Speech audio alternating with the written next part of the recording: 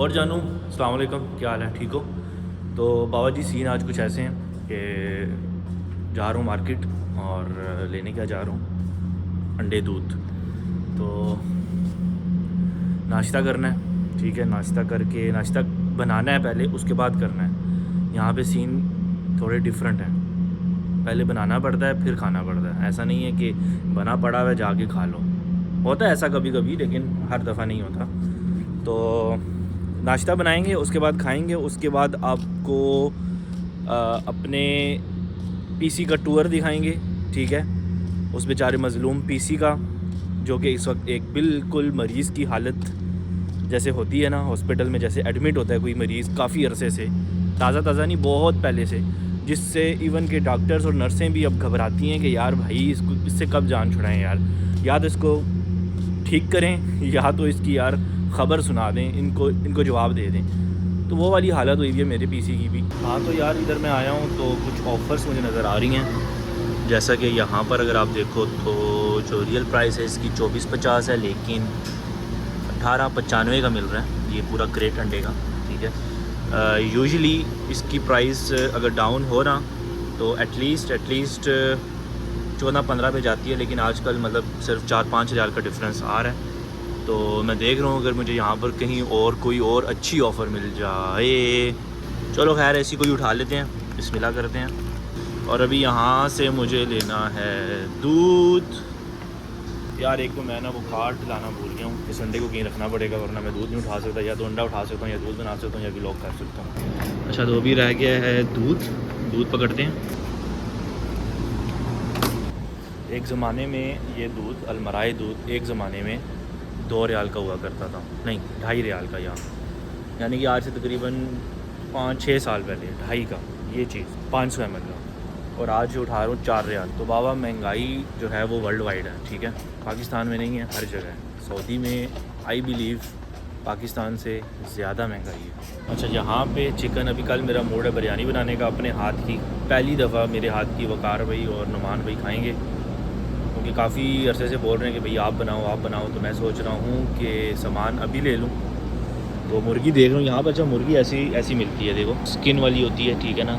Skin इसमें से उतरी हुई नहीं होती है जितनी भी यहाँ पे लगी हुई है ना मुर्गियाँ। या तो फिर ये आपको ऐसे मिलेगी बोनलेस, यानी कि चेस्ट पीस हो गया, इस तरह के अलग से लेग पीस मिलेंगे। तो ये बड़ा रोल है यार, स्किन वाली हम खाते नहीं हैं। तो फिर अगर मैं ये लेकर जाता हूँ तो पहले मुझे इसकी स्किन उतारनी है, इसको क्लीन करना है, इसको काटना भी खुद है, पूरा प्रोसेस खुद करना पड़ता है अगर आप किसी भी माल से लेते हैं। तो ये है मेरी चस्के के लिए।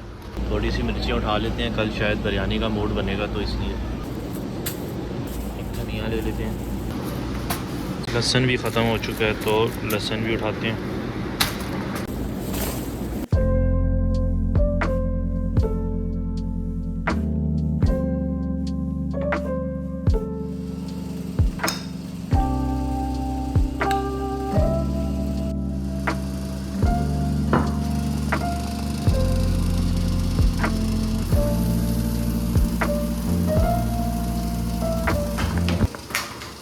हाँ तो यार नाश्ता रेडी है फाइनली, काफ़ी टाइम लगा है।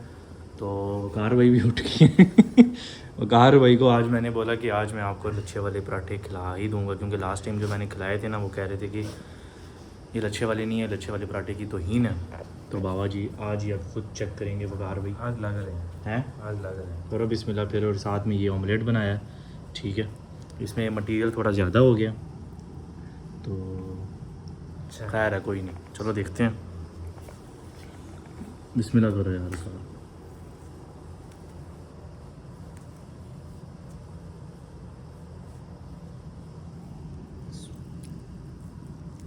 गरम है यार, बहुत गर्म तो होगा ना।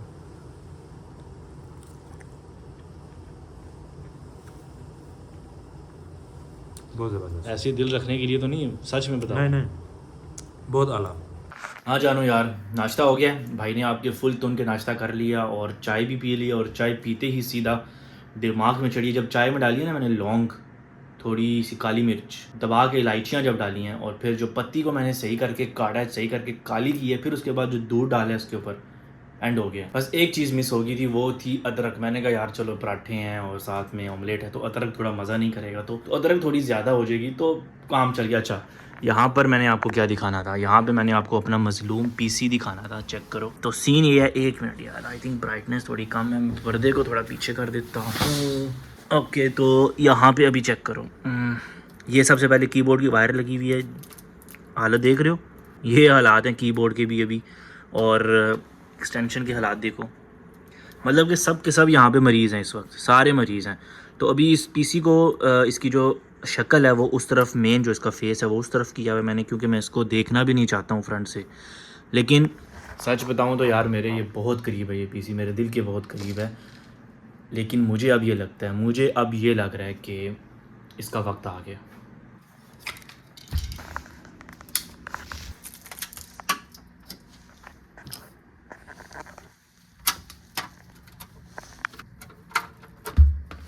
हाँ तो जानू, कमज़ोर दिल वाले अफराद जो हैं वो ना देखें, मेरी उनसे गुजारिश है। ये है जी पीसी, तो ये है जी इसकी फ्रंट लुक, चेक कर सकते हो, चेक कर सकते हो। तो जब लिया था बिल्कुल मिंट कंडीशन में था, और अभी तो बस इसकी बिल्कुल जो हालत हुई हुई है ना, वो तरस के काबिल हुई हुई है इसकी हालत। लेकिन मुझ जालिम को भी तरस नहीं आता इस पे यार, लेकिन अभी मुझे आ रहा है इस पे तरस। ये हुआ कैसे? तो बाबा ये सीन ऐसे हुआ कि भाई ट्रैवलिंग कर रहे थे जनाब जी, लगेज में डाला था मैंने इस पीसी को, बड़ा ही पैक करके, और मतलब कि बड़ा संभाल के इधर उधर, मतलब कि कपड़े शपड़े घुसा के बड़ा इसको मैंने प्रोटेक्ट किया उस लगेज में। लेकिन आपको फिर पता ही होगा कि यार आपका जो लगेज बैग होता है वो किस तरह से ये लोग फेंकते हैं एयरपोर्ट में, जब भी मतलब कि जहाज़ में लोडिंग या अनलोडिंग करते हैं, तो किस तरह से ये आपके सामान के साथ सलूक करते हैं। कोई इधर जा रहा है, कोई उधर जा रहा है, तो पागलों की तरह फेंकते हैं। लेकिन इवन कि इतना प्रोटेक्ट करने के बाद भी इसकी ये हालत हो गई और ये टूट गया। जब मैंने रिसीव किया तो इसकी पूरी आगे से बॉडी फ्रैक्चर हुई हुई थी, हड्डियाँ इसकी सारी टूटी हुई थी, लेकिन अल्हम्दुलिल्लाह सेफ़ था, अंदर का सामान सेफ़ था। मैं एक्चुअली क्या करता हूँ, 1 मिनट में इसको आपको उतार के इसका कवर दिखा देता हूँ।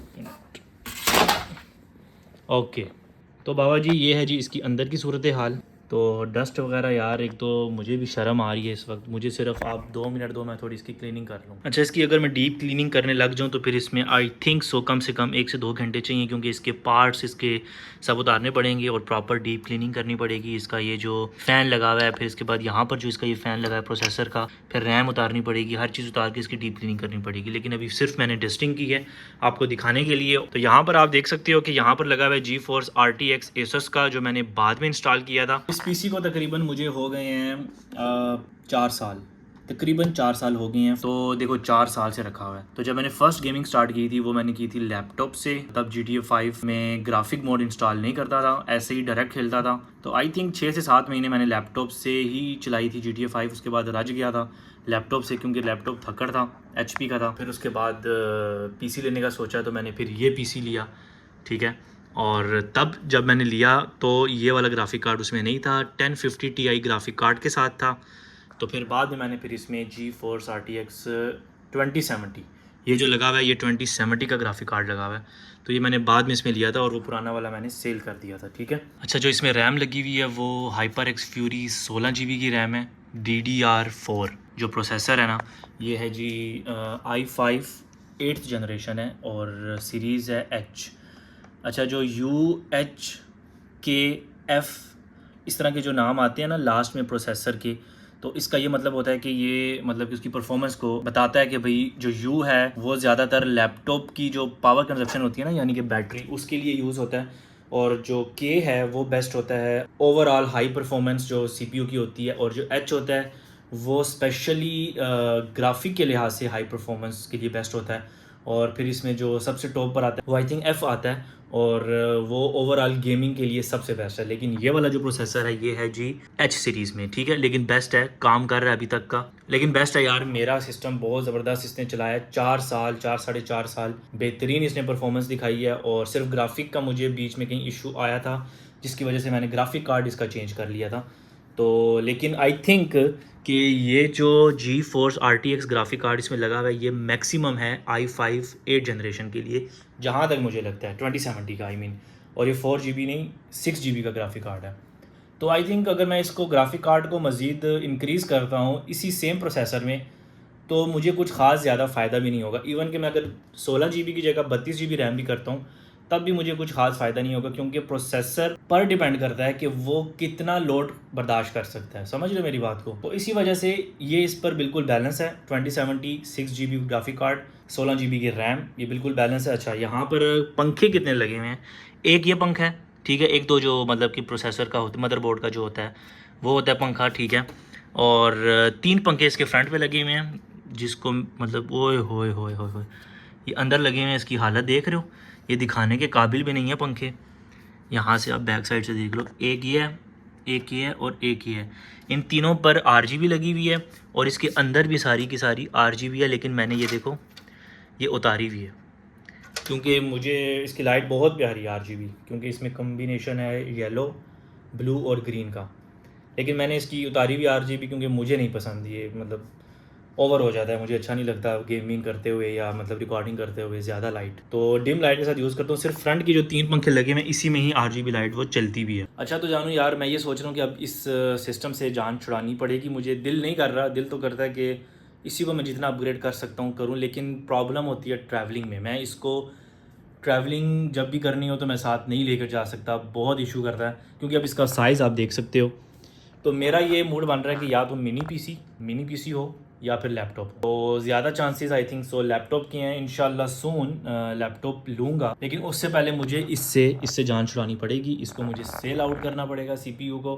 फ़ायदा तो नहीं होने वाला, क्योंकि ज़ाहिर बात है नुकसान भी जाएगा, लेकिन मैं फिर भी इवन कि अगर ये मैं ना भी बेचूँ, अपने पास भी रखूँ ना, तब भी मुझे इस CPU ने बड़ा फ़ायदा दिया। अल्हम्दुलिल्लाह इसने बड़ा साथ दिया मेरा, तो मेरे लिए ये बहुत करीब है, लेकिन मजबूरन अब इसको मुझे सेल करना ही पड़ेगा।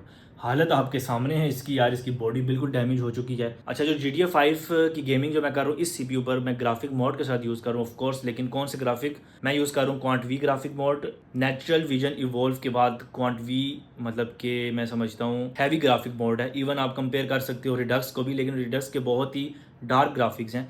तो Quant V is the best after Natural Vision Evolve. मैंने नेचुरल विजन इवोल्व यूज़ किया था, आई बिलीव के जो मेरा वो सीरीज़ है गेम ऑफ पावर, उस सीरीज़ में मेरा था नेचुरल विजन इवोल्व, जहाँ तक मुझे याद है तब मैं वो यूज़ करता था। बट वो ये हो गया था कि जब आपको ज़्यादा मोड करने पड़ते हैं गेम में, तो गेम बार बार फिर क्रैश होती है, ऊपर से फिर ग्राफिक मोड भी इतना हैवी होता है, तो अनबैलेंस हो गया था सिस्टम।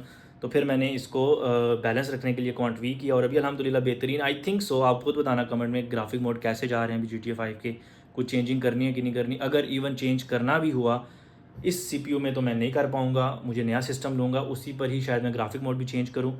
और वेल यार, एक छोटा सा मशवरा दूंगा कि CPU अगर यूज़ करना है, मतलब सिस्टम आपके पास गेमिंग पड़ा हुआ है, तो डस्टिंग इसकी लाजमी किया करो यार। मेरी सिस्टम को देख के मेरी वाली हालत मत करना, इसकी डस्टिंग बहुत ज़रूरी होती है। मैंने तो एक अरसे से नहीं की है, ठीक है ना।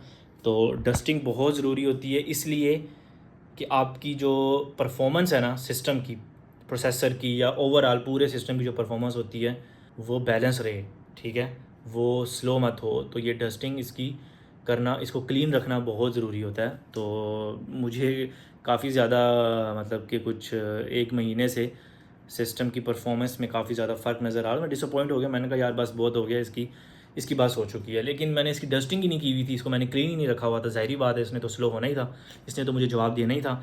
तो अब ये है कि जब तक हो सकता है अभी फ़िलहाल चलाऊँगा, बट उम्मीद है इंशाल्लाह सून इसको मैं चेंज कर दूँ। किया तो आपको ज़रूर बताऊँगा, और आपसे शायद सजेशन भी लूँ कि कौन सा लैपटॉप, गेमिंग लैपटॉप या mini PC is best for gaming, ठीक है।